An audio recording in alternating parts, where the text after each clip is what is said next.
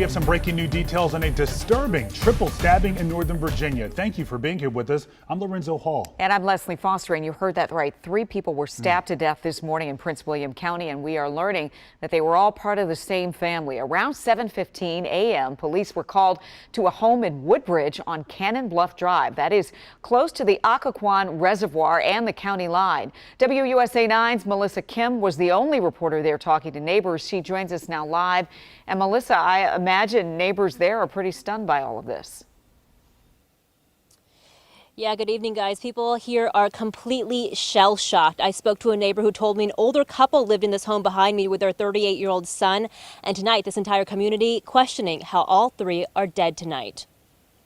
This man didn't want to be identified, but like most of the families here, he's been in this community for decades. I've been here since late 80s, you know, and most of the people have been here not quite as long, but it's a pretty steady neighborhood. But on Tuesday morning, Prince William County Police flooded this home on Cannon Bluff Drive. Sky 9 over the scene just after 7 o'clock. I didn't think a thing about it until about 9 o'clock. A friend of mine called me and he said, "Did you know that Mr. and Mrs. your neighbors were killed by their son?" Prince William County Police say they got a call from a 67-year-old man who lives at the home. And when they arrived, they found him and a 38-year-old man with stab wounds and a 70-year-old woman who had been stabbed to death. The 2 men were taken to the hospital where they later died.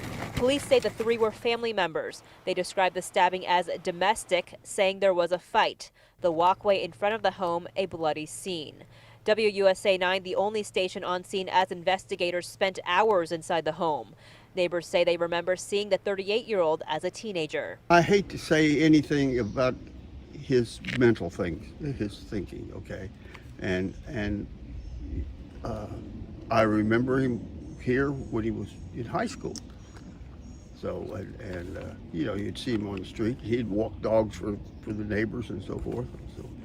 So he seemed to be fine. But this tragedy leaving them nearly speechless. What happened to bring this on, I have no idea. Now, police are still here investigating at this hour. You can see the yellow crime tape up still behind me, and they are waiting to release their identities pending notification of next of kin. But again, tonight, this community here tonight just questioning as to how this all happened. We are live in Woodbridge tonight. Melissa Kim, WUSA 9. Yeah, what an awful chain of events for that family and for the community there. Melissa, thank you.